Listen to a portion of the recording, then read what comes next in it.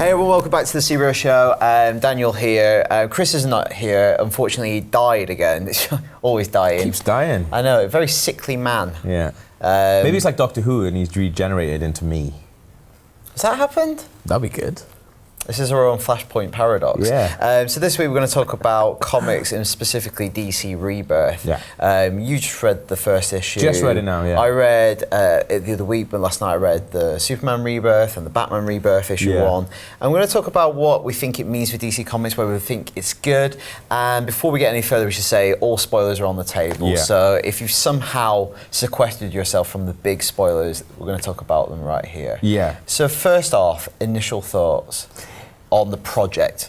I think that on the project, I think it's brilliant because, so before I read DC Rebirth, I read Justice League 52 and Superman 50, which I don't read generally. So I just thought, I'll read those to sort of get you up to speed. Because there's an annotation, there's an in-comic annotation. In the comic, yeah, that says you should read those. Yeah. So I had a read of them, and I had no idea what was going on, obviously. But it's really unforgiving, as I think good comics should be. Because they shouldn't, have to sort of cater to the people who are just picking it up. They should be catering to people who've been reading it for like 50 issues, which I think is really, really good. But if you say you're a Justice League fan and you went to see Batman vs Superman, sorry, you're not a Justice League fan, you went to see Batman vs Superman, you're thinking, oh, I want to find out more about this Justice League, I'll pick up the Justice League comic. Then you start reading that, it's so insular, you wouldn't have a clue. So if DC are going to, really kickstart their sort of movie universe, I can kind of see why this is a good thing, because they want to attract new fans who are going to get into the comics initially, I guess.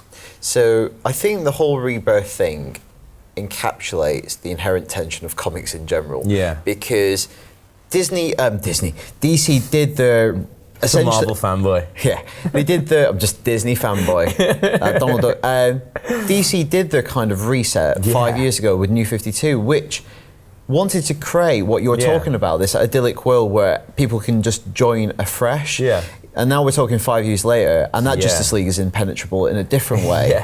So what they're doing now is they've created a situation where that's impenetrable, and also a lot of the long-time DC fans are dissatisfied because a lot of the continuity has been relegated. These characters don't know each other. So a lot of that initial Geoff Johns issue 1 of Rebirth is Wally West, who's one of the characters that was jettisoned, who is wandering through time saying, it's really sad that these characters don't know each other. There's a bit where Superman's died and he's looking at all these characters going, this person should know this person. They have history together, or they were in love, and this doesn't exist, and this is wrong. And he's trying to race against time to fix it all. It's actually really smart because he's basically written Wally West to be every single DC fan who's going to be crying out and being like, no, this is stupid because he should know him. And Wally West is doing exactly what he's sort of almost preempting the criticism from DC fans. I think that you can level this bigger criticism against Rebirth in general is,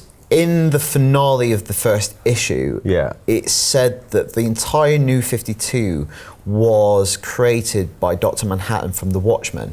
So they've explicitly related those two continuities. Watchmen is now intersecting with mainline DC continuity. And Dr. Manhattan robbed these heroes of 10 years of their life because he's doing some weird experiment.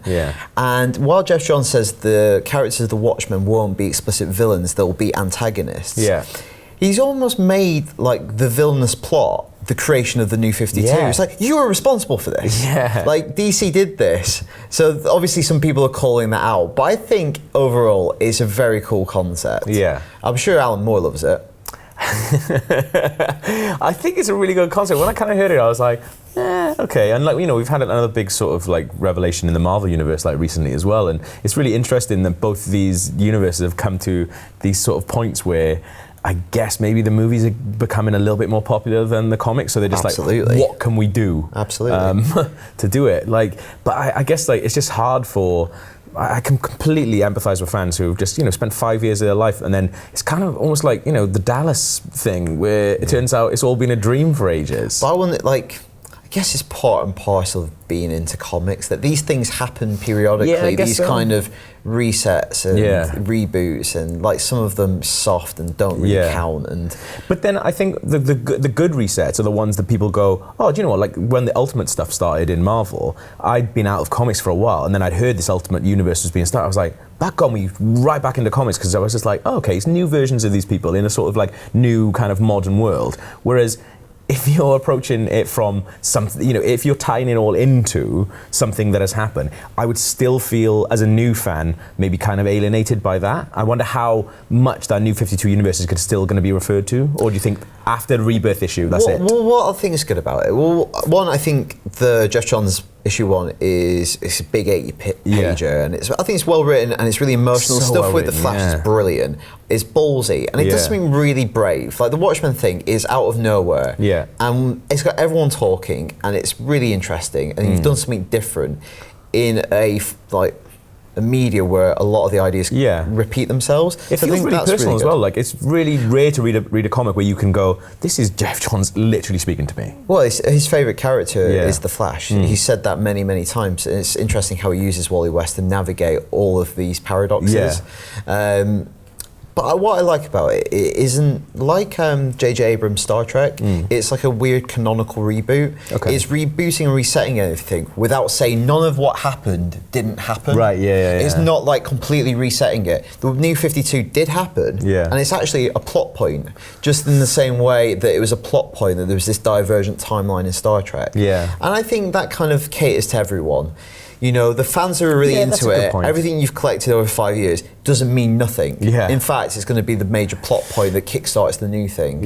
So it's a kind of a way to satisfy everyone, I think. I think it's really early days with the like individual issue stuff. So I think you kind of want to, I guess, I don't know, it's really easy sort of get out to say you need to see how it goes sort of thing. But I wonder how much it will actually feed into what happens next.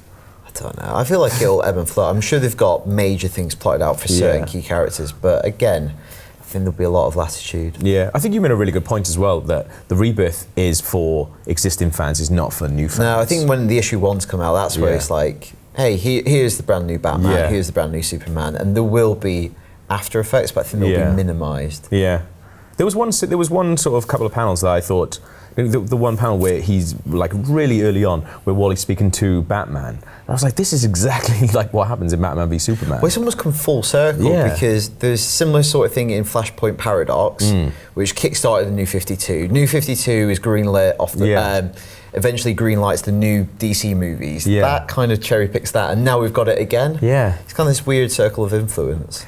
I'm really excited about the individual issues. I think like I really liked how, as I said, like how personal like Rebirth felt, but I didn't think it was an incredible comic. But lots of people really, really enjoyed it, so that's good. So kind of like a goodbye, I suppose. Goodbye to your afterbirth. Right, so we're going to go on to some feedback. Now, this is a 2-part bit of feedback. Intense. Second part sent on June 1st. First part sent on February 15th. Date stamped, and this is from Matthew Taylor. Matt says, don't want to brag, but kind of called this one here, guys. So this is the revelation this week that Thor Ragnarok is kind of a mashup with Planet Hulk. And he then goes on to say, totally lying, I do want to brag. And he's forwarded us the email from February 15th, where he calls it. But so he was emailing us on, did you say February 14th? 15th. Oh, okay. I was going to say day after. I was going to say you got nothing better to do on Valentine's Day. Valentine's Day, reading Planet Hulk. 15th, do the email.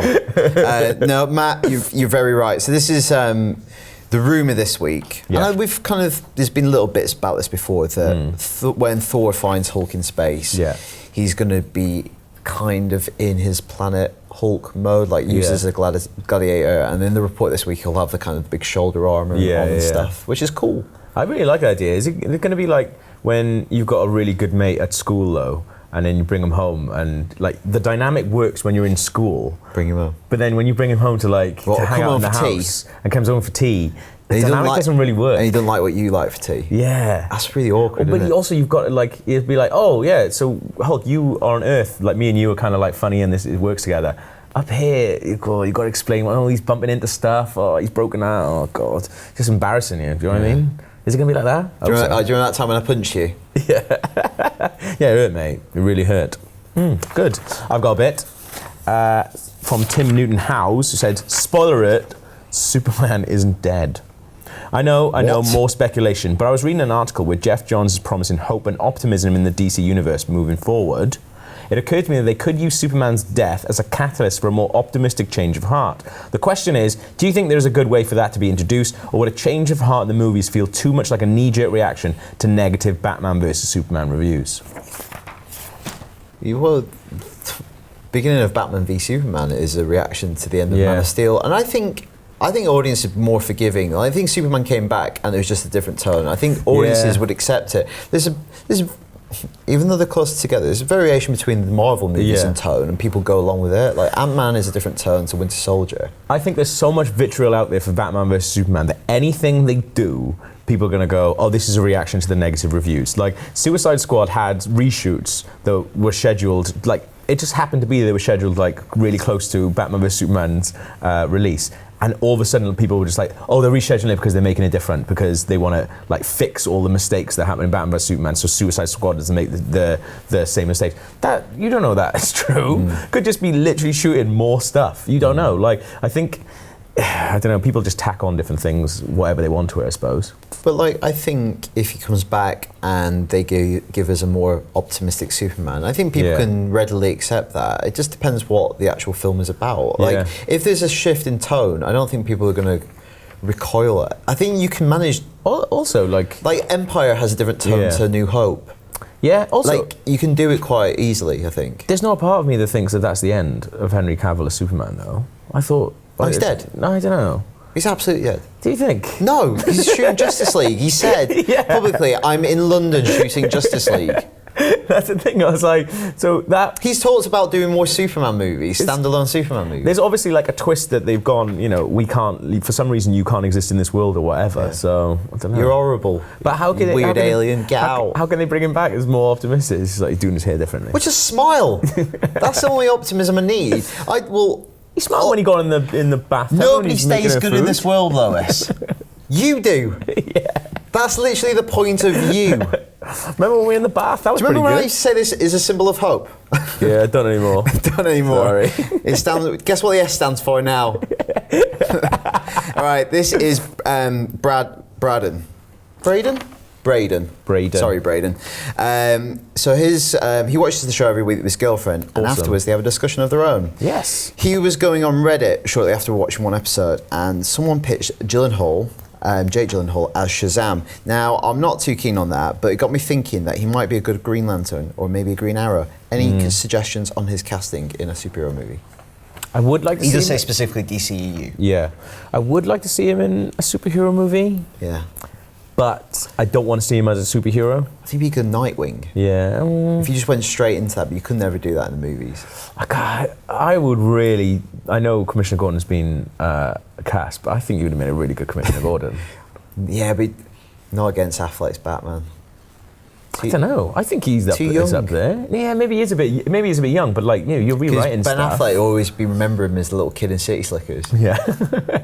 And that would undermine the dynamic. But I kind of like the idea of like, I'm not a fan of Gotham, but I do like seeing young Jim Gordon. And I think, you know, if you introduce a Gordon that was maybe a bit younger and a little bit more sort of like, not at the, like we've got a Batman at the end of his sort of career as Batman. Just a little pencil stash. Yeah, I think you want a Gordon sort of in the middle of his career, sort of like high and rising sort of thing. You have a little bit more conflict between the two of them. Whereas instead, what you've got is a respect. And it's a respect that hasn't been earned because we haven't seen it. I don't know. Any heroes you could think of Gyllenhaal? Because there was rumours like a long time ago of him being Batman. Yeah. He auditioned for the role. I don't know, really. Like, I can't think off the top of my head. Any villains even? Villains? He would be a really good Lex Luthor if we didn't have one already. Like... recast him. Recast him, you really think? No, I don't think we'll recast him. Right, cool. That's it for feedback this week. If you've got any suggestions on what you'd like to talk about, what we should talk about, anything you want to say, let us know, superhero@ign.com. Yeah, and we're not going to recast Lex Luthor, so don't write us in about that.